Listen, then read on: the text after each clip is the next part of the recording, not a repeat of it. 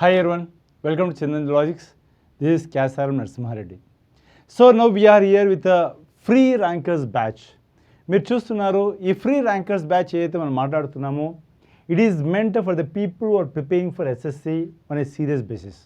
అంటే చాలా ఎస్ఎస్సిలో serious aspirants ఎవరైతే ఉన్నారో అటువంటి వాళ్ళకు లబ్ధి చేకూరాలి, వాళ్ళ ఆశయాన్ని సాధించాలనే ఉద్దేశంతోన ఏర్పాటు చేసింది ఈ ఫ్రీ ర్యాంకర్స్ బ్యాచ్.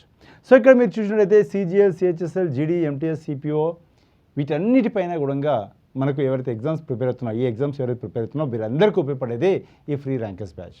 మరి ఎందుకు మనం ఈ ఫ్రీ ర్యాంకర్స్ బ్యాచ్ని ఇప్పుడు తీసుకురావడం జరుగుతుంది, what is the reason behind that అని ఒకసారి ఇక్కడ మనం చూసినట్టయితే ఫస్ట్ అండ్ ఫార్మోస్ట్ థింగ్ ఈ మంత్లో మనకు మొత్తం నోటిఫికేషన్స్ వచ్చినాయి, రైట్? కొన్ని వస్తున్నాయి, కొన్ని ఆల్రెడీ వచ్చేసాయి. సో ఈ నోటిఫికేషన్ దృష్టిలో పెట్టుకొని ఈ నోటిఫికేషన్ ఎవరు మిస్ అవ్వకూడదు అనే ఒక ఉద్దేశంతోన సదుద్దేశంతో ఈ ఫ్రీ ర్యాంకర్స్ బ్యాచ్ మనం తీసుకురావడం జరిగింది. మరి ఫ్రీ ర్యాంకర్స్ బ్యాచ్తో what is that we are offering? First and foremost వచ్చేసరికి 15 మాక్ ఎగ్జామ్స్ ఇవ్వడం జరుగుతుంటుంది based on the previous year questions. అయితే జస్ట్ మాక్ ఎగ్జామ్స్ కండక్ట్ చేయడం మాత్రమే కాదు, ప్రతి మాక్ ఎగ్జామ్లో ఉన్నటువంటి ప్రతి క్వశ్చన్కి best explanation by the top notch faculty కూడా మనం ఇక్కడ ఈ యొక్క ఫ్రీ ర్యాంకర్స్ బ్యాచ్ మనం అందించడం జరుగుతుంది. ఇది మాత్రమే కాదు, మనకు unique and smart approach to solve the questions. So ఏదైనా ఒక ప్రశ్న ఇచ్చినప్పుడు దాన్ని చాలా టాక్టిక్గా ఏ విధంగా మనము చాలా ఇండివిజువల్గా సాల్వ్ చేయాలి, అదొక్కటే కాదు, time saving strategies very very important. Because for a ranker it is important to save the time, it is important to solve the time in the given time, solve the problem in the given time. కాబట్టి దాన్ని దృష్టిలో పెట్టుకొని మనం free rankers batch launch చేయడం జరుగుతుంది. ఇది మాత్రమే కాదు, టైం టు టైం మీకు గైడెన్స్ వస్తుంది, ఎట్ ద సేమ్ టైం ఇది ఆర్ఆర్బి వాళ్ళకు కూడా ఉపయోగపడుతుంది. కాబట్టి ప్రతి ఒక్కరు కూడా ఈ యొక్క అవకాశాన్ని ఉపయోగించుకునే ప్రయత్నం చేయండి. అదొకటే కాదు, ఇక్కడ చూసినట్టయితే మనకు ఈ యొక్క 15 మాక్ ఎగ్జామ్స్ అనేవి ఒక సిస్టమేటిక్గా ఒక టైమింగ్ అండ్ ప్లానింగ్తో మనం కండక్ట్ చేస్తున్నాము. ఇది మనకు ఆల్రెడీ ఎప్పుడు మనకు 19th of May స్టార్ట్ అయింది, అవునా? So 19th of May start అయింది, we conducted all the test. Now ఇప్పుడు మనం 13th టెస్ట్లో ఉన్నాము. అండ్ ఈ రోజు నాడు మనము 1st of July ఈ రోజు నాడు మనము ఈ యొక్క 13th టెస్ట్ మనము ఎక్స్ప్లెనేషన్ వినబోతున్నాం, జనరల్ అవేర్నెస్, రైట్? అదేవిధంగా రేపు రీజనింగ్, తర్వాత మనకు మ్యాథ్స్, అలాగా మొత్తం మనకు 16th of July వరకు మనకి ఫ్రీ ర్యాంకర్స్ బ్యాచ్ అనేది కొనసాగుతుంది. కాబట్టి ఇంతటి గుడ్ న్యూస్ మీ ఫ్రెండ్స్తో కూడా మీరు షేర్ చేసుకోండి, అవునా? అండ్ ఈ యొక్క సెట్ 13 యొక్క ఎక్స్ప్లెనేషన్ స్టార్ట్ చేయబోతున్నాము. దీనికి 10K లైక్స్ అనేవి మనకు క్రాస్ అవ్వాలి, ఓకేనా? సో మొదటిదామా, సియర్ వెరీ వెరీ ఇంపార్టెంట్ క్వశ్చన్ అనేది, who among the following has authored the play Neel Darpan? క్రింది వారిలో ఎవరు నీల్ దర్పణ్ నాటకం రాశారు అని అడుగుతున్నారు ఇక్కడ. సో మోతిలాల్ నెహ్రూ, చిత్తరంజన్ దాసా, దీన్బంధు మిత్రానా, సరోజిని నాయుడు. సో నీల్ దర్పణ్ అన్న నవలను రాసింది ఎవరు? భారతదేశానికి స్వతంత్రం రాకముందు ఇండిగో ఫార్మర్స్ యొక్క ఫేట్ పైన, ఇండిగో ఫార్మర్స్ ఎదుర్కొంటున్నటువంటి సమస్యల పైన కళ్ళకు కట్టేలా రాసింది నీల్ దర్పణ్. సో ఈ నీల్ దర్పణ్ అన్న నవలను రాసింది ఎవరు? ప్రతి ఒక్కరు కూడా ఈ క్వశ్చన్కి ఆన్సర్ ఇచ్చే ప్రయత్నం చేయండి. So is it Motilal Nehru, Chittaranjan Das, Dinabandhu Mitra, Sarojini Naidu? What is right answer అండి? The right answer is nothing but it is Dinabandhu Mitra. So Dinabandhu Mitra has written this novel called as the Neel Darpan. ఒకసారి చూడండి ఇక్కడ, Neel Darpan is a famous Bengali play written by Dinabandhu Mitra in 1860. 1860లోనే తను ఈ యొక్క నీల్ దర్పణ్ అనే ఒక నవలని ఈ యొక్క బెంగాలీలో ఒక డ్రామా ఫామ్లో రాయడం జరిగింది. And the play expose the exploitation and oppression of the indigo farmers. So ఏ విధంగా అయితే మనకు ఇండిగో ఫార్మర్స్ని దోచుకుంటున్నారో ఎవరు? British planters. వాళ్ళ యొక్క స్వార్థం కోసము ఇండిగో ఫార్మర్స్ని ఏ విధంగా అయితే దోచుకుంటున్నారో అవన్నీ కూడా ఈయన ఆ అంశాల్లో మొత్తం ఇక్కడ మెన్షన్ చేయడం జరిగింది. అండ్ ఈ also draw the attention of the IndiGo revolt, making it an important work in the history of resistance literature. Resistance literature అంటే ఏంటి? ఒక ప్రశ్నించే ఒక లిటరేచర్ అనమాట, అవునా? ఎవరైనా తప్పు చేస్తే దాన్ని ఎదుర్కొనే ఒక లిటరేచర్. సో దీన్ని రెసిస్టెన్స్ లిటరేచర్. ఇది కొద్దిగా మనకు కమ్యూనిస్ట్ భావజాలకి దగ్గరగా ఉంటుందన్నమాట. సో రాసింది ఎవరు? మనకు దీన్బంధు మిత్రా యొక్క నవల రాయడం జరిగింది, ఈ యొక్క ప్లే రాయడం జరిగింది. Which of the following awards was won by Lata Mangeshkar in the year 2001? క్రింది వారిలో ఏ అవార్డును లతా మంగేష్కర్ 2001 సంవత్సరంలో అందుకున్నారని అడుగుతున్నారు ఇక్కడ. So Filmfare lifetime achievement award, Padma Vibhushan, Dadasaheb Phalke award, Bharat Ratna. Right answer ఏంటండి? The right answer is nothing but highest civilian honour Bharat Ratna, అవునా? సో భారతరత్నాన్ని లతా మంగేష్కర్ గారు 2001 సంవత్సరంలో అందుకోవడం జరిగింది. It's the highest civilian honour which was won by Lata Mangeshkar. అదేవిధంగా మనకు దాదాసాహెబ్ ఫాల్కే అవార్డు ఏదైతే ఆప్షన్ కనిపిస్తుందో, ఈ Dadasaheb Phalke award is a lifetime achievement award given for excellence in Indian cinema. భారతదేశ చలనచిత్ర రంగంలో మీరు జీవిత సాఫల్య పురస్కారాన్ని పొందితే దాదాసాహెబ్ ఫాల్కే జీవిత సాఫల్య పురస్కారం పొందాలి. ఆ జీవిత సాఫల్య పురస్కారం అనేది భారతదేశ చలనచిత్ర రంగంలోనే అత్యున్నత పురస్కారంగా మనం చూస్తూ ఉంటాం. అవునా? It is named after Dhundiraj Govind Phalke, who's called as the father of Indian cinema. అవునా? రాజా హరిశ్చంద్ర అనే ఒక మొట్టమొదటి ఫుల్ లెంత్ ఫీచర్ ఫిల్మ్ని డైరెక్షన్ చేసింది, నిర్మించింది ఎవరు? మనకు ఈ యొక్క దాదాసాహెబ్ ఫాల్కే. ఓకే, అసలు పేరు వచ్చేసరికి గోవింద్ ఫాల్కే. అవునా? Very very important. Padma Vibhushan second highest civilian honour. అవునా? వచ్చేసరికి ఫిల్మ్ఫేర్ అవార్డ్. ఓకే, ఒకసారి చూడండి ఇక్కడ. In 2001 legendary Indian playback singer Lata Mangeshkar has received Bharat Ratna which is India's highest civilian honour. అంతకుముందు ఆమెకు పద్మవిభూషణ్ 1999 రావడం జరిగింది. అదేవిధంగా దాదాసాహెబ్ ఫాల్కే అవార్డు 1989లో రావడం జరిగింది. And Filmfare lifetime achievement award 1993లో పొందడం జరిగింది. అంటే ఇక్కడ మెన్షన్ చేసిన ప్రతి అవార్డు కూడా ఆమె గెలుచుకున్నారు. కానీ రీసెంట్గా గెలుచుకుంది ఏది అంటే భారతరత్న పురస్కారం. ఎందుకంటే అది అత్యున్నత పురస్కారం కాబట్టి కాస్త లేట్గానే వస్తుందన్నమాట. నెక్స్ట్ క్వశ్చన్ చూడండి. Who founded the Prarthana Samaj in Mumbai in 1867? Okay, 1867లో ముంబైలో ప్రార్థనా సమాజాన్ని స్థాపించిన వారు ఎవరు అని అడుగుతున్నారు ఇక్కడ. So option Atmaram Pandurang, Gopalkrishna Gokhale, Shriram Bajpai, Ram Mohan Roy, Raja Ram Mohan Roy. What is right answer అండి? వెరీ వెరీ ఇంపార్టెంట్, ప్రతి ఒక్కరు ఆన్సర్ చేయాలి. సోషల్ మూవ్మెంట్స్ పైన మనకు ప్రశ్నలు వస్తూ ఉంటాయండి. This also one area where questions are coming in the examination. So social reform movements కూడా చూసుకోవాలి మనం. అవునా? రాజా రామ్ మోహన్ రాయ్, బ్రహ్మసభ, ఇటువంటివన్నీ చూసుకోవాలన్నమాట. ఓకే, సో రైట్ ఆన్సర్ ఏంటి మనకి ఇక్కడ? Atmaram Pandurang is the right answer. So ఒకసారి చూడండి ఇక్కడ. ఆత్మారాం పాండురంగ్ యాజ్ ఎస్టాబ్లిష్డ్ ప్రార్థనా సమాజ్ ఇన్ 1867 ఇన్ ముంబై. అవునా?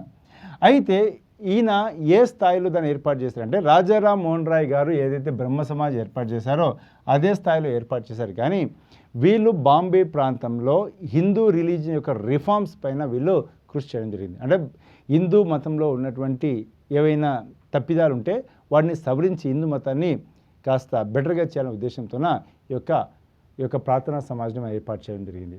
అదేవిధంగా చూసినట్టయితే మనకు ఈ మూమెంట్ అనేది మోనోథిజంని, అదేవిధంగా సోషల్ రిఫార్మ్ని, అదేవిధంగా ఉమెన్స్ ఎడ్యుకేషన్ని అది బేసికల్గా ప్రమోట్ చేయడం జరిగింది. అవునా? సో ఇక్కడ చూసినట్టయితే ఇది మనకు ఏకేశ్వర రూపాసన అంటే ఏంటిది? ఒక్కటి దేవుడు అంటే ఒక్కడే అన్నదాన్ని వాళ్ళు ప్రపోయేట్ చేయడం జరిగింది. అవునా? దాంతోపాటు సామాజిక సంస్కరణలు వాళ్ళు కృషి చేశారు. అదేవిధంగా మహిళల యొక్క విద్య కోసం కూడా మనకు ప్రార్థనా సమాజ్ అనేది కృషి చేయడం జరిగింది. అదేవిధంగా ఆత్మారాం పాండురంగ్ ఎవరైతే ఉన్నారో ఎంజి రానాడేతో కలిసి ఈ యొక్క ప్రార్థనా సమాజాన్ని స్థాపించడం లేదు. Okay, Mahadev Govind Ranade, in short is called as MG Ranade. So ఇది గుర్తుపెట్టుకోండి. ఇది చూడండి ఇక్కడ. Who among the following form the Bihar provincial Kisan Sabha in 1929? 1929 సంవత్సరంలో బీహార్ ప్రొవిన్షియల్ కిసాన్ సభను ఎవరు స్థాపించారు అడుగుతున్నారు ఇక్కడ. సో కున్వర్ సింగ్, జేఎం సేన్ గుప్తానా, జయప్రకాష్ నారాయణ, స్వామి సహజానంద సరస్వతి. ఎవరైతే మనకు ఈ యొక్క బీహార్ ప్రొవిన్షియల్ మహాసభను ఏర్పాటు చేశారో వాళ్ళే ఆల్ ఇండియా కిసాన్ సభను కూడా ఏర్పాటు చేశారు. అండ్ ఎవరండి answer? Very very famous question అనేది. The right answer is Swami Sahajanand Saraswati. Swami Sahajanand Saraswati is also one of the co founders of all India Kisan Sabha, first organisation for peasants. ఇది ఆల్ ఇండియా కిసాన్ మహాసభ 1936లో. కాబట్టి ఇది చాలా ఇంపార్టెంట్ క్వశ్చన్. సో సార్ చూడండి, 1929 సంవత్సరంలో Swami Sahajanand founded the Bihar provincial Kisan Sabha to mobilise peasants against the zamindari system and to fight for agrarian rights and land reforms. So అప్పుడున్నటువంటి జమీందారీ వ్యవస్థకు వ్యతిరేకంగా పోరాటం చేయడానికి ఈ యొక్క మనకు బీహార్ కిసాన్ సభని స్టార్ట్ చేసింది ఎవరు? మనకు స్వామి సహజానంద సరస్వతి. అదేవిధంగా చూసినట్లయితే ఈ also played key role in the formation of all India Kisan Sabha in 1936. And very very important, it is considered one of the foremost leaders of the peasant movement in India. అంటే రైతుల కోసం ఉద్యమించడాన్ని మొట్టమొదటిసారిగా వీళ్ళే స్టార్ట్ చేశారు ఆ టైంలో. Okay, ఇది ఎక్కడ? బ్రిటిష్ రూల్డ్ ఇండియాలో. అంతకుముందు తెలంగాణలో కూడా స్టార్ట్ అయిపోయింది. రైట్? సో గుర్తుపెట్టుకోవాలి, ఎవరు? మనకు స్వామి సహజానంద సరస్వతి. ఆ పేరు చాలా చాలా ఇంపార్టెంట్. 1936 ఆల్ ఇండియా కిసాన్ సభ. 1929 వచ్చేసరికి మనకు ఈ యొక్క బీహార్ ప్రొవిన్షియల్ కిసాన్ సభ. ఈ రెండు గుర్తుపెట్టుకోండి. In which city was the first golf club of India situated? ఏమడుతున్నారు ఇక్కడ? భారతదేశంలో మొదటి గోల్ఫ్ క్లబ్ ఎక్కడ స్థాపించబడింది అని అడుగుతున్నారు ఇక్కడ. ఓకే, షిమ్లానా, గుల్మార్గా, మైసూరా, కోల్కతా. ఆన్సర్ ఏంటిది?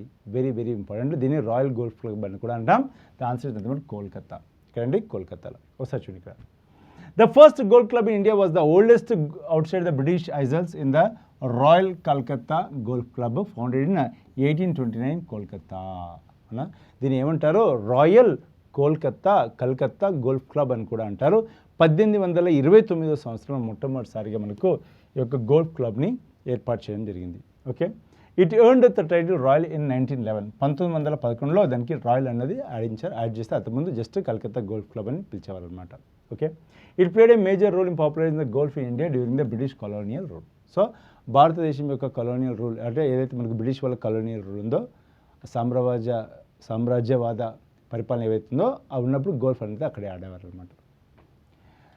అదేవిధంగా ఎస్ఎస్సి 2025కి స్పెషల్ బ్యాచ్ మనం లాంచ్ చేయడం జరిగింది. సిజిఎల్, సిహెచ్ఎస్ఎల్, జీడీ, ఎంటీఎస్, స్టెనో, సిపిఓ. మీరు ఏ ఎగ్జామ్కి ప్రిపేర్ అయినా పర్లేదు, ఈ కోర్స్ ద్వారా మీ యొక్క ప్రిపరేషన్ ముందుకు తీసుకెళ్ళవచ్చు. లేదు ఓన్లీ సిజిఎల్ ప్రిపేర్ అవుతా అంటే you can make use of this course. లేదు సిహెచ్ఎస్ఎల్ మాత్రం ప్రిపేర్ అవుతా అంటే you can go for this. లేదు సిపిఓ మాత్రం ప్రిపేర్ అవుతా అంటే ప్రిలిమ్స్ అండ్ మెయిన్స్ రెండు కలిపి మనకి కోర్స్ లాంచ్ చేయడం జరిగింది. 3 and 6 months డ్యూరేషన్తో అవైలబుల్ ఉంది. అండ్ జీడీ కోసం కావాలంటే ఈ కోర్స్కి వెళ్ళొచ్చు. అండ్ ఎంటీఎస్కి అయితే ఈ కోర్స్కి వెళ్ళొచ్చు. అదేవిధంగా జేఈ కోసం అయితే మీకు 1100+ hours ఆఫ్ కంటెంట్ అవైలబుల్లో ఉంది ఇక్కడ 3 and 6 months డ్యూరేషన్స్తో. You can make use of this. And లేదు స్టెనోగ్రాఫర్ అయితే మాత్రం కంప్లీట్ కోర్స్ మనకి అవైలబుల్ ఉంది with 3 and 6 months duration. Clear? So make use of this courses and ACO preparation.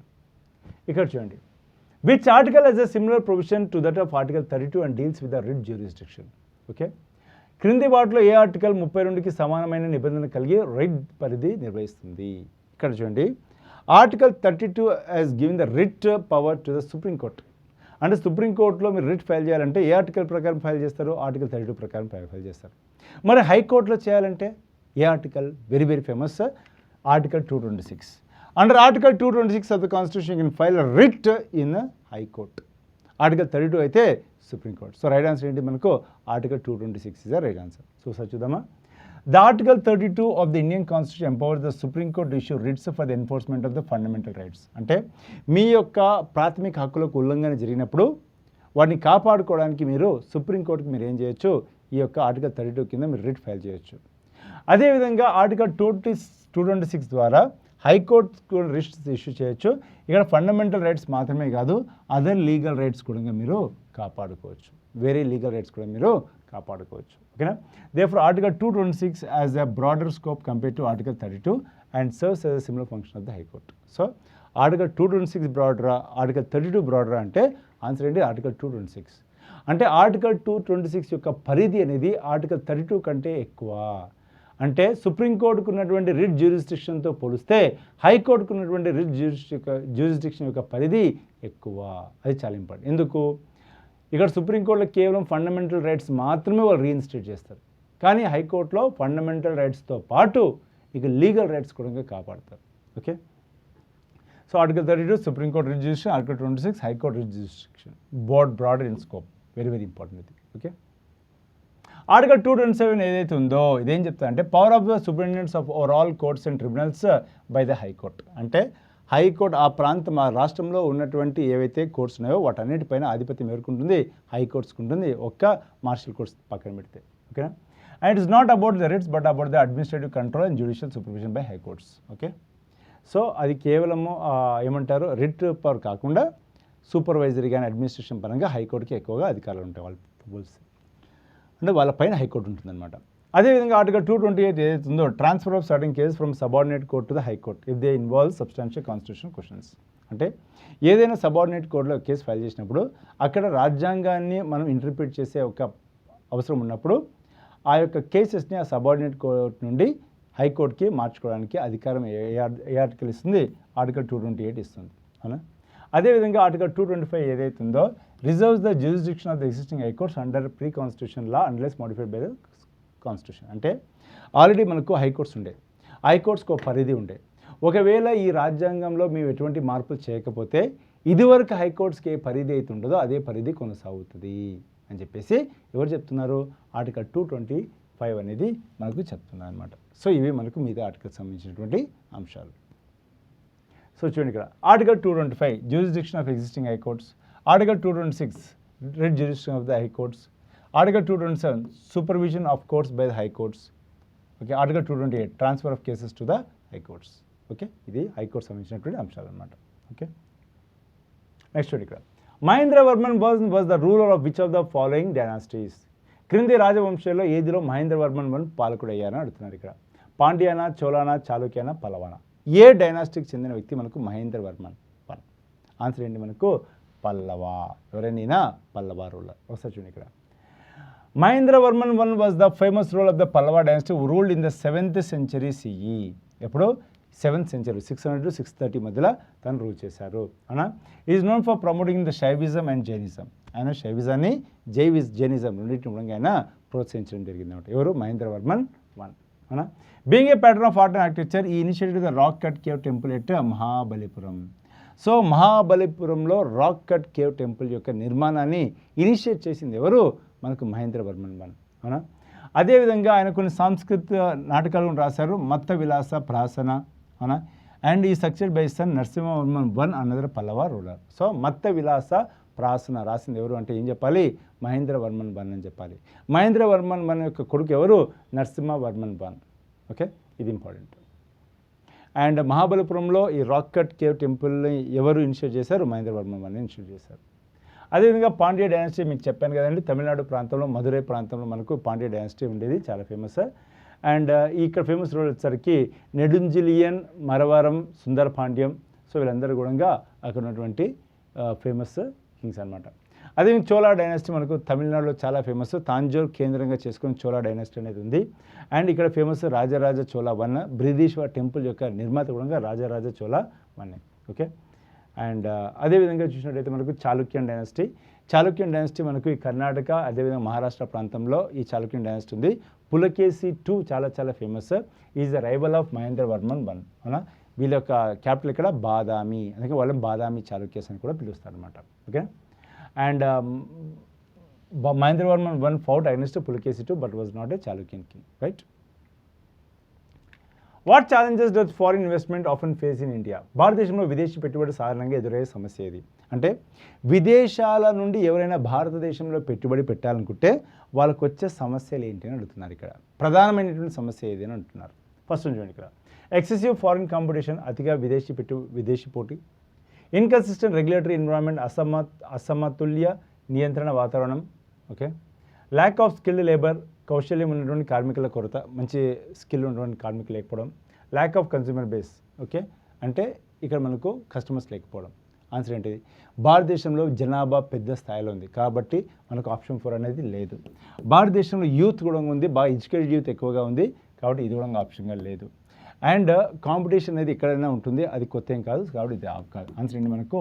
ఇది ఇన్కన్సిస్టెంట్ రెగ్యులేటరీ ఎన్విరాన్మెంట్. అంటే ఒక ప్రభుత్వం వస్తుంది, ఒక రకమైనటువంటి విధానాలు అవలంబిస్తారు, తర్వాత ప్రభుత్వాలు మారిపోతాయి, మళ్ళీ కొత్త ప్రభుత్వం వస్తుంది, మళ్ళీ వాళ్ళు ఏం చేస్తారు? విధానాలు మార్చేస్తుంటారు. ప్రభుత్వాలు మారొచ్చు, విధానాలు మారొచ్చు, కానీ కంపెనీలకు మాత్రం ఇబ్బంది కదా. వాళ్ళు వచ్చినప్పుడు ఏ విధానాలు ఉంటాయో ఆ విధానాలకు అనుగుణంగా వాళ్ళు ప్లానింగ్ చేసుకుంటారు. నువ్వు వచ్చి కొత్త గవర్నమెంట్ వచ్చి మళ్ళీ విధానాలు మారిస్తే వాళ్ళకి నష్టం అవుతుంది కదా.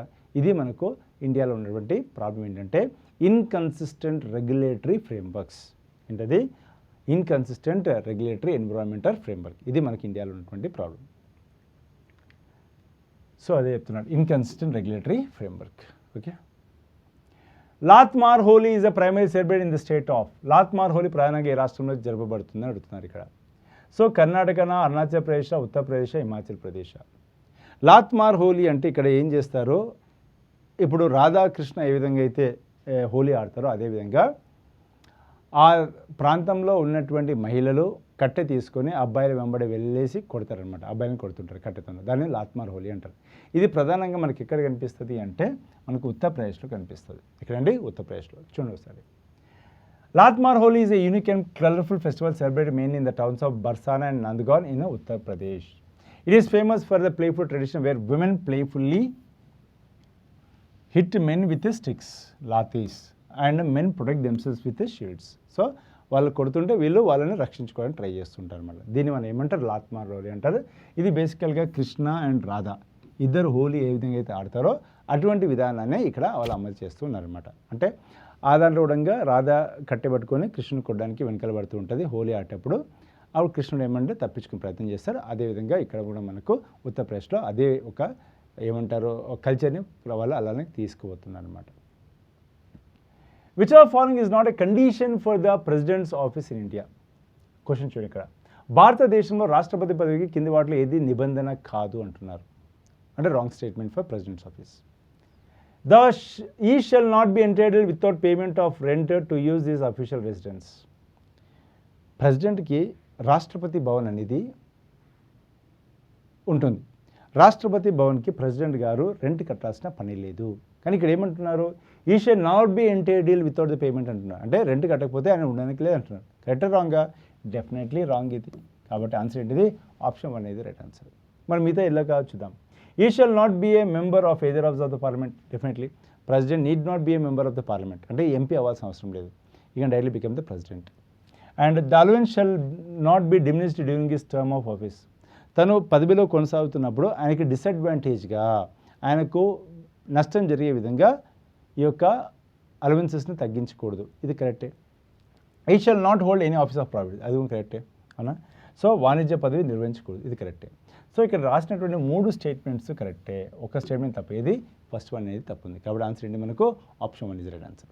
సో చూడండి ఇక్కడ, ఈ shall not be entitled without payment of rent to use the official residence. This is not a condition. Actually president is entitled to use the official residence without paying rent. Official residence పేరు ఏం పేరు?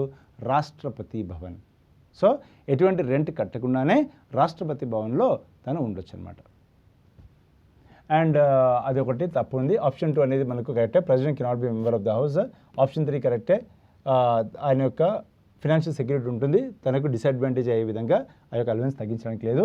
Option 4 వచ్చేసరికి it does not hold any office of the profit అంటే అది కూడా కరెక్టే. Okay. When the analysis of the population density is done by calculating it through the net cultivated area, then the measure is termed as.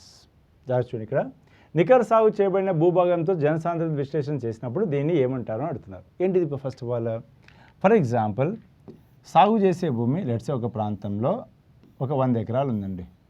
ఎంత? 100 acres ఉంది. ఇది irrigated area. Okay. Cultivated area అంటున్నారు. వాళ్ళు ఏమంటున్నారు? కల్టివేటెడ్ ఏరియా అంటే 100 ఎకరాలు సాగు చేస్తున్నారు. ఇప్పుడు 100 ఎకరాలు సాగు చేస్తున్న ప్రాంతం మీదే ఎంతమంది ఆధారపడి ఉన్నారు? ఎంతమంది ఆధారపడి ఉన్నారు? ఫర్ ఎగ్జాంపుల్ ఒక 400 మంది ఆధారపడి ఉన్నారనుకోండి. 400/100 అప్పుడు ఎంత వస్తుంది? 4 వస్తుంది. అంటే పాపులేషన్ డెన్సిటీ ఎంత? 4. అంటే ఒక్కొక్క సాగు చేసి ఒక్కొక్క ఎకరా మీద 4 ఆధారపడ్డారు అని చెప్తున్నాను అనమాట. సో ఇప్పుడు నెట్ కల్టివేటెడ్ ఏరియా యొక్క డెన్సిటీ, పాపులేషన్ డెన్సిటీ తక్కువగా ఉంటే చాలా బెస్ట్గా ఉన్నట్టు. సో దీన్ని మనం ఏమంటాము అని అడుగుతున్నారు ఇక్కడ.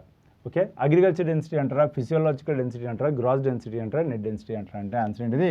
Physiological density. ఈ పదం ఎలా వచ్చింది? ఫిజియోగ్రఫీ అంటే భూస్వరూపం, అవునా? సో ఇక్కడ కల్టివేటెడ్ ఏరియాని ఆధారంగా చేసుకొని ఎంత కల్టివేటెడ్ ఏరియాలో ఎంతమంది నివసిస్తున్నారు అంటే ఎంతమందికి కల్టివేటెడ్ ఏరియా ఎంత ఉంది, ఒక వ్యక్తికి సరాసరిగా ఎంత కల్టివేటెడ్ ఏరియా ఉందనేది మనకు తెలుస్తుంది అనమాట. సో దీన్ని మనము ఏమంటారు? Net cultivated area. ఓకేనా? సో అంటే ఇక్కడ 4 వ్యక్తులకు 1 ఎకరం కల్టివేటెడ్ ఏరియా ఉన్నట్టుగా భావించవచ్చు. అది అనమాట. ఓకే. ఆన్సర్ ఏంటి మనకు? ఆప్షన్ 2 అనే రైట్ ఆన్సర్. సో చూడండి ఇక్కడ, physiological density is equal to number of people per unit area of net cultivated land actually available for farming. Okay. It reflects the pressure on the productive land to support the population. అంటే ఇంతకుముందు మనం తీసుకున్న ఎగ్జాంపుల్లో 1 ఎకరం ఎంతమందికి serve చేయాలి? 4 serve చేయాలి. For example 300 మంది ఉన్నారు 100 ఎకరాల భూములు అంటే అప్పుడు ఆన్సర్ ఏంటి? 3. సో చాలా ఈజీ అనమాట. సో ఇది పెరిగిన కొద్దీ ప్రెషర్ ఎక్కువగా ఉన్నట్టు, అవునా? తగ్గిన కొద్దీ ప్రెషర్ తక్కువగా ఉన్నట్టు దేని మీద? భూభాగం పైన. అంటే ఆ భూభాగం ఎంతమంది పోషించాలనేదే ఈ లెక్క అనమాట. Okay. Agriculture density number of farmers per unit area of arable land. దాన్ని ఏమంటాం మనం? అగ్రికల్చర్ డెన్సిటీ అంటాం. Gross density total population divide by total land area, gross density of population. Net density total population divide by total inhabited area less commonly used, అవునా? So total inhabited area అంటే ఏదైతే ఏ ప్రాంతం అయితే మనం వాడుకోవట్లేదు అది కాకుండా ఎక్కడైతే ఉంటుందో దాన్ని మాత్రం తీసుకోవాలి. దాన్ని మనం నెట్ డెన్సిటీ అని చెప్పేసి అంటాం. ఓకే. అదే కొన్ని హిల్ ఏరియాస్ కొన్ని ప్రాంతాలు మనం ఉపయోగించుకోం, అదే అనమాట. Mohan veena player Pandit Vishwamohan Bhatt one dash award in the year 1994. చూడండి ఇక్కడ మోహన వీణా వాయిద్యకారుడు పండిత్ విశ్వమోహన్ భట్ 1994లో ఏ అవార్డు అందుకున్నారు? Very very famous. మోహన వీణాను స్టార్ట్ చేసిందే విశ్వమోహన్ భట్. స్టార్ట్ చేసింది ఎవరు? విశ్వమోహన్ భట్. సంగీత కళానిధి, ఆస్కారా, గ్రామియా, సంగీత నాటక అకాడమీ. ఆన్సర్ ఏంటి మనకు? Grammy award is the right answer. ఏ అవార్డ్ అండి? Grammy award is the right answer. Okay. So Grammy award is presented for excellence in music. Okay. Gramophone awards అని కూడా అంటాం. రికార్డింగ్ అకాడమీ ఆఫ్ యూఎస్ఏ వాళ్ళు ఈ gramophone అవార్డ్స్లో గ్రామీ awards అనేది ప్రదానం చేస్తుంటారు. Okay. Pandit Vishwamohan Bhatt renowned Mohan veena won the Grammy Award in 1994 for his album A Meeting by the River along with Rai Cooder. Okay. This brought international recognition to Indian classical music and Mohan Veena. Other awards is prestigious Indian awards, but the Grammy Award is the correct one for 1994. అంటే 1994లో ఏ award వచ్చిందంటే గ్రామీ award. ఆయన సంయుక్తంగా గ్రామీ award రావడం జరిగింది. ఆయన యొక్క album పేరు ఏం పేరు? A meeting by the river. A meeting by the river అనే ఆల్బమ్కి పండిత్ విశ్వమోహన్ భట్కి గ్రామీ అవార్డు అనేది రావడం జరిగింది. గ్రామీ అవార్డు రావడం జరిగింది. Which plateaus are very fertile because they are rich in black soil that is very good for farming. వ్యవసాయానికి చాలా మంచి నల్ల నేలలు సమృద్ధిగా ఉండటం వల్ల ఏ పీఠభూములు చాలా సారవంతమైన అడుగుతున్నారు. సో ఏ పీఠభూముల్లో మనకు సారవంతమైనటువంటి నల్ల మట్టి ఉందని అడుగుతున్నారు. సో వెరీ ఈజీ క్వశ్చన్ అండి, చాలా ఫేమస్ కూడా. ఆ యొక్క బ్లాక్ సాయిల్స్ అనేది మన కాటన్కి చాలా ఉపయోగం. వాటిని మనం సెల్ఫ్ ప్లవింగ్ సాయిల్స్ అని కూడా అంటాం. ఏమంటాము? సెల్ఫ్ ప్లవింగ్ సాయిల్స్ అని కూడా అంటాం. African plateau, Ethiopian plateau, Katanga plateau, Deccan lava plateau. Answer ఏంటిది? Deccan lava plateau is the right answer. అవునా? ఆఫ్రికన్ ప్లాటియో ఆఫ్రికాలో ఉంటుంది, ఇథియోపియన్ ప్లాటియో ఇథియోపియాలో ఉంటుంది. అవునా? ఇక్కడ చూడండి. సో ఇక్కడ మనకు బేసికల్గా కతాంగా ప్లాటియో అనేది మనకు కాంగోలో ఉంటుంది. ఎక్కడ ఉంటుంది? కాంగోలో ఉంటుంది. ఓకే. సో డెక్కన్ ప్లాటియో అనేది బేసికల్గా ఎందుకు అలా ఉంటుంది బ్లాక్ సాయిల్ అంటే అక్కడ మనకు వచ్చింది బసాల్టిక్ లావా. ఏ లావా? Basaltic lava. ఈ బసాల్టిక్ లావాలో మనకు మెగ్నీషియం ఎక్కువగా ఉంటుంది. ఈ మెగ్నీషియం ఎక్కువగా ఉండడం చేత మనకు కలర్ ఆఫ్ ద సాయిల్ అనేది మనకు బ్లాక్ కలర్లో ఉంటుంది. అయితే బ్లాక్ కాటన్ సాయిల్ ఏదైతే ఉందో దీనికి వాటర్ రిటెన్షన్ కెపాసిటీ చాలా ఎక్కువగా ఉంటుంది. అందుకని ఆ ప్రాంతంలో కొద్దిగా నీటి లభ్యత లేకపోయినా పంటలకు కొద్దిగా ఇబ్బంది ఉంటుంది అనమాట. రైట్. సో అది. So the Deccan lava plateau in India is famous for its black soil, which is very fertile and ideal for growing cotton. This black soil is formed from the weathering of the volcanic basalt rocks that make up the Deccan plateau. The other plateaus listed are not particularly known for black soil. ఎందుకంటే అక్కడ మనకి acidic lava అనేది రావడం జరిగింది. Acidic soils ఉంటాయి ఇక్కడ. Right. So located in the demographic republic of Congo, rich in minerals but soil fertility is not specifically noted. So అంత fertility లేదన్నమాట దీనికి. Okay. Which of the following states is the biggest producer of pulses? క్రింది రాష్ట్రాల్లో ఏది పప్పుల ఒక ఉత్పత్తిలో అత్యధికంగా ఉత్పత్తి సాధిస్తుంది అని అడుగుతున్నారు ఇక్కడ. మధ్యప్రదేశ్, హర్యానా, పంజాబ్, బీహార్. ఇక్కడ మనకి ఎలిమినేషన్ టెక్నిక్ అనేది ఇటువంటి దాంట్లో వర్కౌట్ అవుతుంది ఈజీగా. ఎలాగా? ఒకసారి చూడండి. వాళ్ళు అడిగింది ఏంటిది? పప్పు దినుసులు అడిగారు. గ్రీన్ రెవల్యూషన్ బాగా ఇంపాక్ట్ ఇచ్చిన ప్రాంతాలు ఏవి? బీహార్లో ఉంది, పంజాబ్లో ఉంది, హర్యానాలో ఉంది. కాబట్టి ఈ ప్రాంతంలో ఉంటే మనకి ఏముంటుంది? వీట్ ఉంటుంది, లేకపోతే రైస్ ఉంటుంది. వాళ్ళు అడిగిన పల్సెస్ కాబట్టి ఆన్సర్ ఏంటి మనకు? Madhya Pradesh is the right answer. అవునా? అత్యధిక ఫారెస్ట్ ఏరియా ఉన్నటువంటి రాష్ట్రం మధ్యప్రదేశ్. అత్యధిక పులులు ఉన్నటువంటి రాష్ట్రం మధ్యప్రదేశ్. అత్యధికంగా జాతీయ వనాలు ఉన్నటువంటి రాష్ట్రం కూడా మనకు మధ్యప్రదేశ్. ఓకే. సో ఆ మధ్యప్రదేశ్లో మనకు ఏది యొక్క పల్సెస్ యొక్క ప్రొడక్షన్ అత్యధికంగా ఉంటుంది. మీరు చూసినట్టయితే చాలా చాలా ఎక్కువ అనమాట. 2023-24 సంవత్సరానికి ఒక్కసారి మీరు చూసినట్టయితే దాదాపుగా it's the largest producer of pulses contribute approximate 24%. అంటే దేశంలో 5% మనకు పప్పు దినుసులన్నీ కూడా ఎక్కడ ఉత్పత్తి చేస్తున్నాం? మనము మధ్యప్రదేశ్లో ఉత్పత్తి చేస్తున్నాం. అదేవిధంగా ఈసారి చాలా చాలా ఇంపార్టెంట్. ఎందుకు అంటే ఆత్మ నిర్భరత ఇన్ పల్సెస్ అని చెప్పేసి 6 years మిషన్ ఫర్ పల్సెస్ అని స్టార్ట్ చేశాం. దీంట్లో భాగంగా 4 సంవత్సరాల పాటు, రాబోయే 4 సంవత్సరాల పాటు ఎంత పల్సెస్ ఉత్పత్తి చేసినా కొనడానికి ప్రభుత్వం సిద్ధంగా ఉంటుంది. మసూర్ దాల్, తూర్ దాల్, ఉరడ్ దాల్ ఈ 3 కూడా వాళ్ళు కొనడానికి సిద్ధంగా ఉంటారు. రైట్. అది. సో ఇక్కడ సార్ చూసినట్టయితే this consistent data from minister of agriculture farmers. Okay. The Madhya Pradesh produce 6.18 million tons of pulses. 6.18 million tons of pulses produce చేస్తారు. తర్వాత మనకు నెక్స్ట్ స్థానంలో ఉన్నది ఎవరంటే మనకు రాజస్థాన్లో ఉంది. రాజస్థాన్లో 14.8%. తర్వాత మహారాష్ట్రలో మనకు 16.3% అనేది మనకు సెకండ్ ఉంటుంది. థర్డ్లో మనకు రాజస్థాన్ ఉంటుంది. ఓకేనా. In which year was the project tiger launch in India? Okay. భారతదేశంలో ప్రాజెక్ట్ టైగర్ ఏ సంవత్సరంలో ప్రారంభించబడింది? వెరీ వెరీ ఫేమస్ క్వశ్చన్ అండి ఇది. 1973 ద ప్రాజెక్ట్ టైగర్ స్టార్టెడ్. ఎప్పుడు 1973 సంవత్సరంలో స్టార్ట్ చేశారు. ఈ టైగర్ రిజర్వ్స్ని సంరక్షించేది, వాటి యొక్క సంరక్షణ చర్యలు చేపట్టేది నేషనల్ టైగర్ కన్జర్వేషన్ అథారిటీ. అవునా, ఒక ప్రాంతాన్ని టైగర్ రిజర్వ్గా గుర్తించాలని చెప్పేసి సజెషన్ ఇచ్చేది కూడా ఎన్టీసీఏనే, national tiger conservation authority. Okay, ఒకసారి చూడండి ఇక్కడ. 1973 the government of India Ministry of Environment, Forest and Climate Change to protect the Bengal tigers from extinction. So Bengal పులులు ఏవైతున్నాయో ఆ టైగర్స్ని అంతరించిపోకుండా నివారించే క్రమంలో ఈ ప్రాజెక్ట్ టైగర్ స్టార్ట్ చేయడం జరిగింది. ప్రపంచంలో ఉన్నటువంటి పులుల్లో 70% పైగా పులులు ఎక్కడున్నాయి? భారతదేశంలో ఉన్నాయి. భారతదేశంలో 3682 పులులు ఉన్నాయండి. 3682 టైగర్స్, అదే India. Highest number of tigers ఉన్నటువంటి రాష్ట్రం మధ్యప్రదేశ్, సెకండ్ వచ్చేసరికి మనకు కర్ణాటక, థర్డ్ వచ్చేసరికి మనకు Uttarakhand. So top 3 states with the tiger population. 785 tigers మనకు మధ్యప్రదేశ్లో ఉంటాయి. అవునా, అదేవిధంగా 563 టైగర్స్ కర్ణాటకలో ఉన్నాయి, 560 టైగర్స్ మనకు ఉత్తరాఖండ్లో ఉన్నాయి. Okay, and initial tiger reserves start with 9 and ఈ రోజున మనకు 58 ఉన్నాయి. 58th టైగర్ రిజర్వ్ ఏది అని అడుగుతారండి? Madhav tiger reserve. Madhav tiger reserve is the 58th tiger reserve in the country. Okay, the head office of the board of control for cricket India is located in. భారత cricket నియంత్రణ మండలి ప్రధాన కార్యాలయం ఎక్కడ ఉందని అడుగుతున్నారు ఇక్కడ. సో ముంబైయా, కోల్కతానా, న్యూఢిల్లీయా, చెన్నైయా? Very very important. BCCI is the richest cricket board in the world and ఆ బీసీసీఐ యొక్క హెడ్ క్వార్టర్స్ మనకు వాంఖాడే స్టేడియం దగ్గర ఉంటుంది. అది ఇక్కడ మనకు ముంబై కిందికి వస్తుంది అనమాట. ఓకే, ఒకసారి చూడండి ఇక్కడ. The head office of the board of control for cricket India is located in Mumbai. BC headquarters located at Wankhede stadium, Mumbai. And it is the governing body for cricket India and one of the richest sports organisation in the world. అంటే నువ్వు అన్ని sports ఆర్గనైజేషన్లో కూడా top most richest sports ఆర్గనైజేషన్లో మనకు BCCI కూడా ఉంటుంది అనమాట. హ్యూజ్ అమౌంట్ ఆఫ్ ఫ్యాన్స్ ఉన్నారు కాబట్టి huge amount of income. Dash is an industry associated with self-regulatory organization whose primary objective is to work towards the robust development of the microfinance sector. అవునా, so ఒక పరిశ్రమ సంఘం మరియు స్వీయ నియంత్రణ సంస్థ, దీని యొక్క ప్రాథమిక లక్ష్యం మైక్రోఫైనాన్స్ రంగం బలమైన అభివృద్ధికి పనిచేయడం. ఏదేది? Self help groups association, microfinance institutions network, microfinance investments regulatory authority, నాబార్డా, national bank for agriculture and rural development. ఇక్కడ సెల్ఫ్ రెగ్యులేటరీ అథారిటీ అంటే వాళ్ళే సొంతంగా ఈ రూల్స్ రెగ్యులేషన్స్ పెట్టుకొని దానికి నిబద్ధతతో కట్టుబడి ఉంటారన్నమాట. సో ఆ యొక్క డొమైన్లో పనిచేసే సంస్థలన్నిటి కూడా ఆ రూల్స్ వర్తింపజేస్తారు. సో ఇక్కడ ఆన్సర్ ఏంటిది? Micro finance institutions network. అవునా, మైక్రో ఫినాన్స్ ఇన్స్టిట్యూషన్ నెట్వర్క్స్ అనేది ఒక సెల్ఫ్ రెగ్యులేటరీ ఆర్గనైజేషన్, ఎస్ఆర్ఓ అని చెప్పేసి చెప్తాం. ఓకే, మైక్రో ఫినాన్స్ సంబంధించింది అదే అంటున్నాను చూడండి. The micro finance institution network is the industry association and self regulatory organisations recognised by the reserve bank of India. So healthy గ్రోత్ని ప్రమోట్ చేయడానికి, ఆ సంస్థలు నీతివంతమైనటువంటి విధానాలు అవలంబించడానికి, ఓకే, అండ్ అక్కడ వినియోగదారుల యొక్క హక్కులు కాపాడడానికి వీళ్ళు కృషి చేస్తారనమాట. ఇది చూడండి. Details about Sudarshana lake is given in a rock inscription Girnar which was composed to record the achievements of the Shaka ruler ఎవరు? ఓకే, సో ఇక్కడ రుద్రసింహ త్రియ, రుద్రధామన్ వన్న, చస్తానాన మౌస.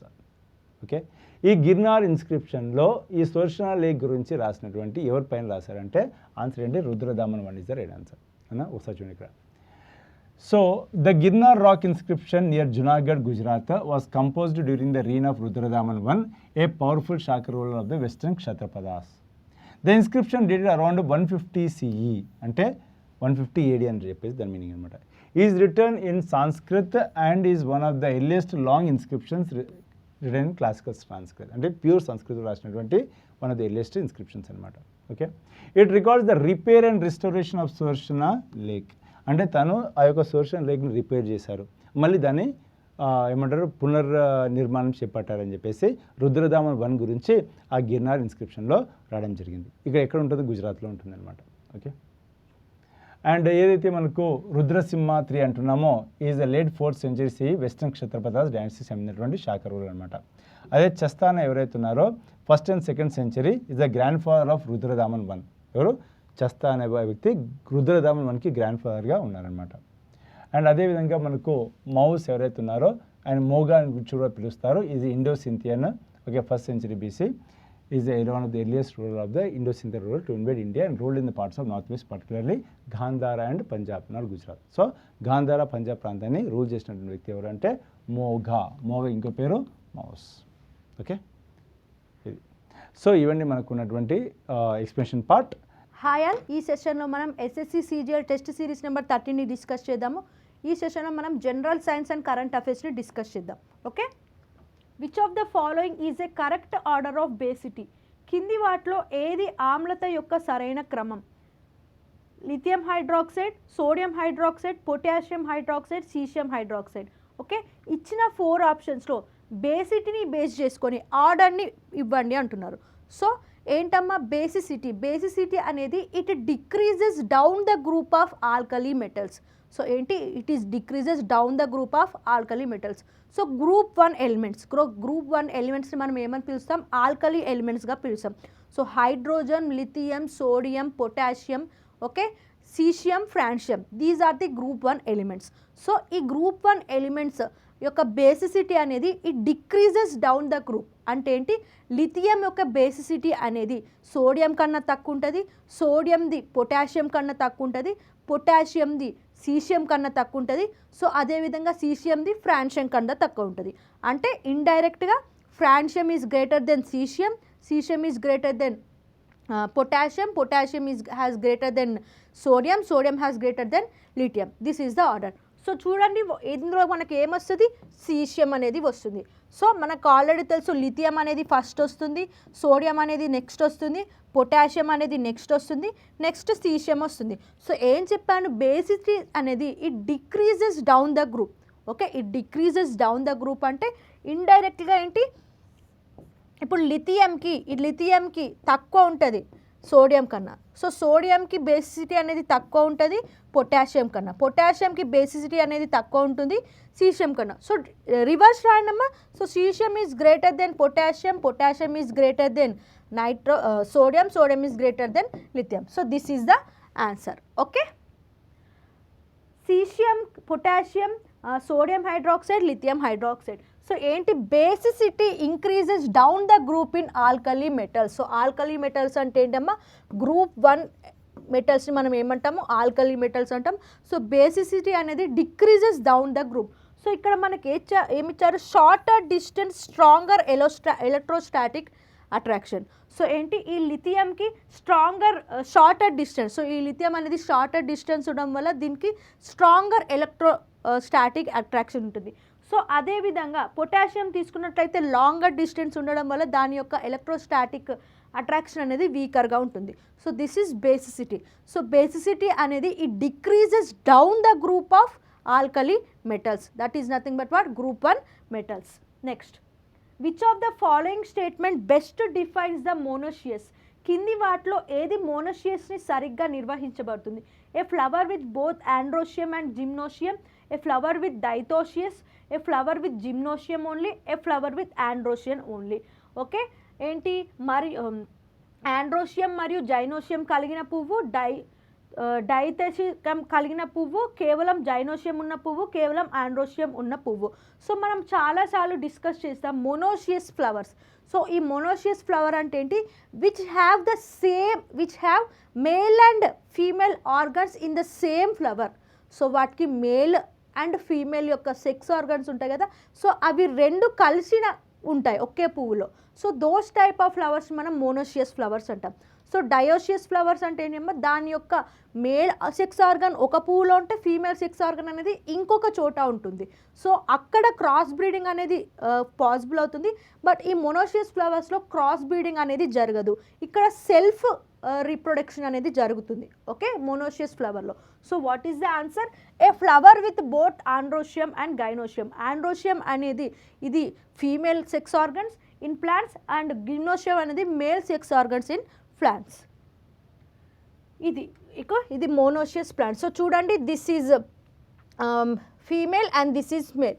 Okay, so monoecious plants have separate male female flowers on the same plant, but a flower with both male and female reproductive part is called a bisexual or perfect flower.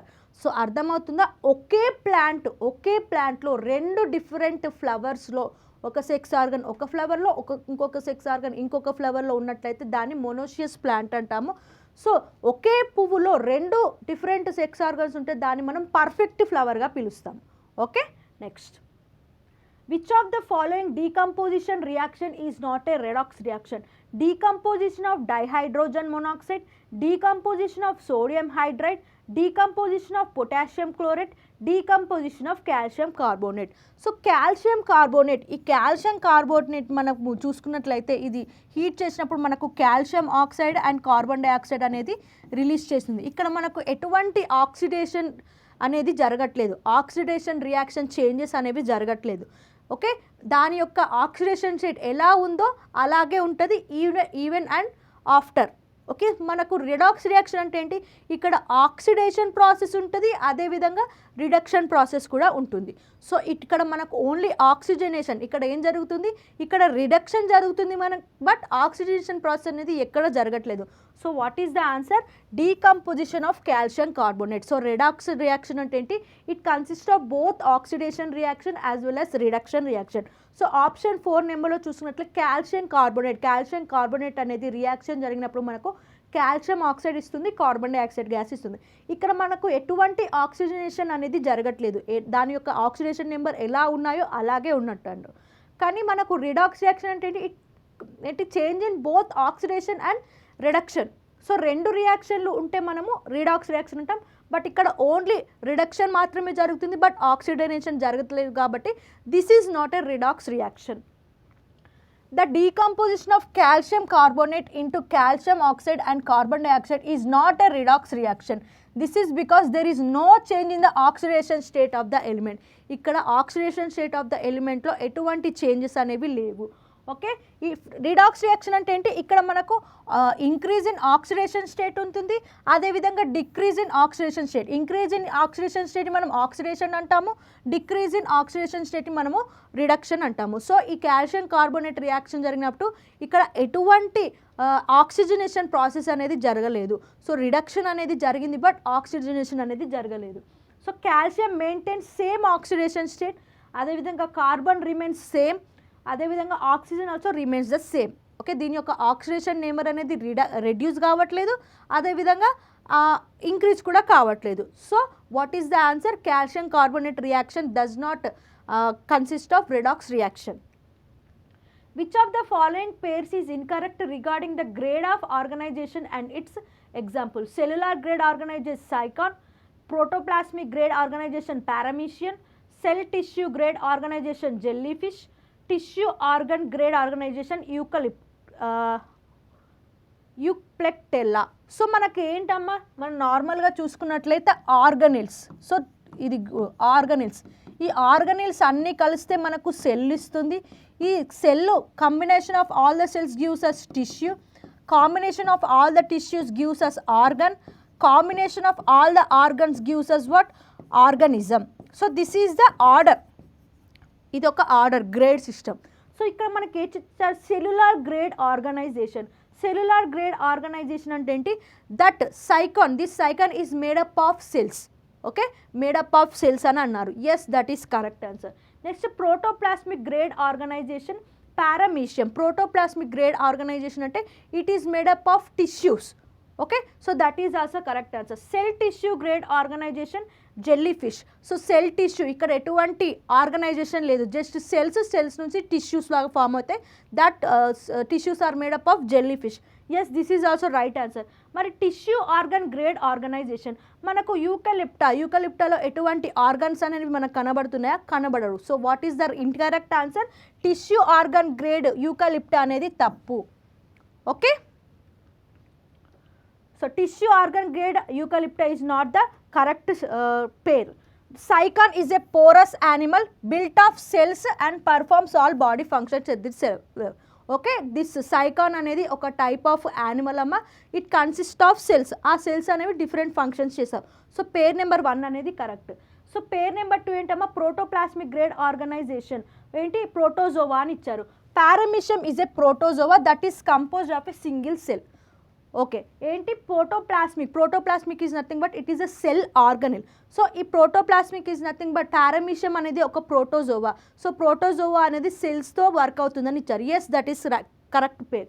Next cell tissue grade jellyfish అనేది ఒక coelenterate in which the cells are arranged in groups and are formed at the cellular level. ఇక్కడ cells అనేవి ఒక గ్రూప్గా form అయ్యి టిష్యూగా form అయ్యి దాని యొక్క ఫంక్షన్స్ అనేవి చేస్తారు.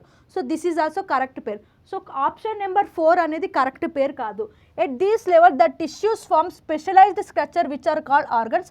యూకలిప్టా is a sea snails. Sea snail ఇది ఏంటి, ఇది ఒక సీ స్నేల్ అమ్మ, దీనికి ఎటువంటి ఆర్గన్స్ ఉండవు. సో ఆప్షన్ 4 అనేది కరెక్ట్ కాదు. అర్థమైందా మీకు order? Organelles are made up of cells, cells are made up of tissues. So cells tissues are made up of what?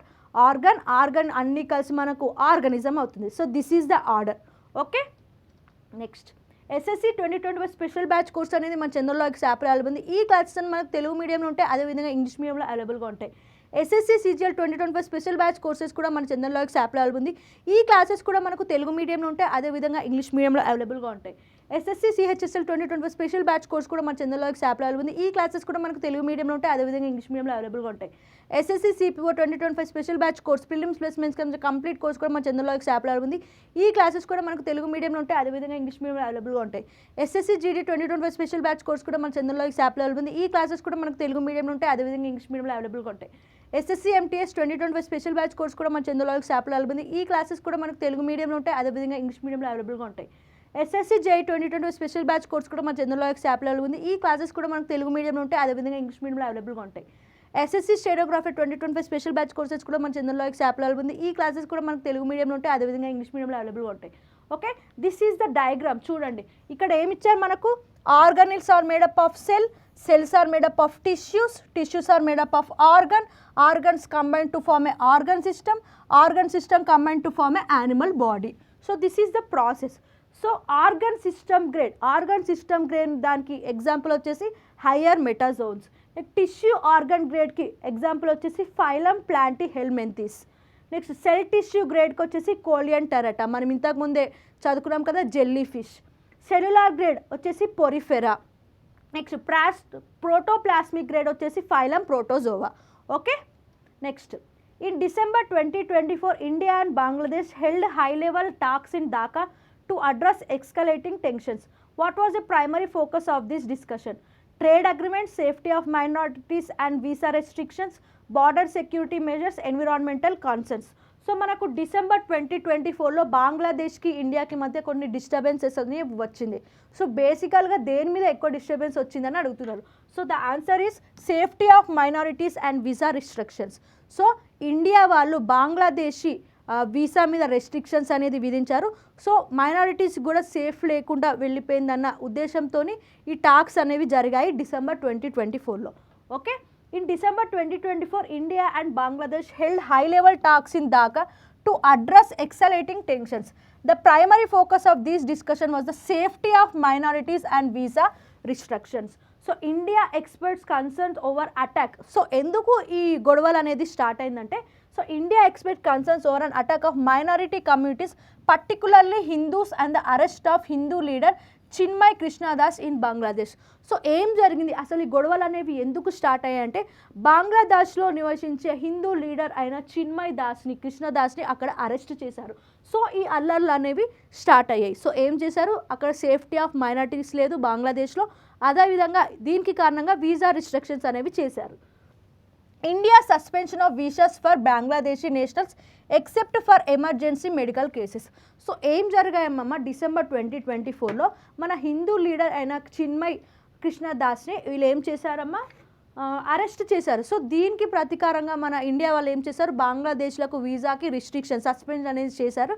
So only emergency medical case వాళ్ళు మాత్రమే మన ఇండియాకి రావాలి. ఓకే, సో ఇదంతా ఎప్పుడు జరిగిందమ్మా? December 2024లో జరిగింది. So what is the main reason? Safety of minorities and visa restrictions మీద ఈ అల్లర్లు అనేవి జరిగాయి. Next, which Indian city hosted the Agni warrior 2024 military exercise between India and Singapore in November 2024? New Delhi, Mumbai, Pune, Deolali. So మనకు అగ్ని వారియర్ 2024 అనేది ఇండియా అండ్ సింగపూర్కి సంబంధించిన joint military exercise. ఇందులో మొత్తం మనకు 185 ఆర్మీ పర్సనల్స్ అనేవి సింగపూర్ నుంచి, అదేవిధంగా 114 పర్సన్స్ మన ఇండియా నుంచి అటెండ్ అయ్యారు. సో ఈ అగ్ని వారియర్ 2024 అనేది ఎక్కడ జరిగిందమ్మా? దేవ్లాలి, మహారాష్ట్రలో జరిగింది. November 28 నుంచి 30 వరకు జరిగింది అగ్ని వారియర్ 2024. ఓకే, మొత్తం 185 Singapore army and 114 Indian army have participated in this Agni warrior 2024. Okay, the 13th edition, ఇది ఎన్నో ఎడిషన్? 13th ఎడిషన్, నవంబర్ 28 నుంచి 30 వరకు జరిగింది దేవ్లాలి మహారాష్ట్రలో. 182 ఫ్రమ్ సింగపూర్, 114 ఫ్రమ్ ఎక్కడ మన ఇండియన్ ఆర్మీ నుంచి పార్టిసిపేట్ చేశారు.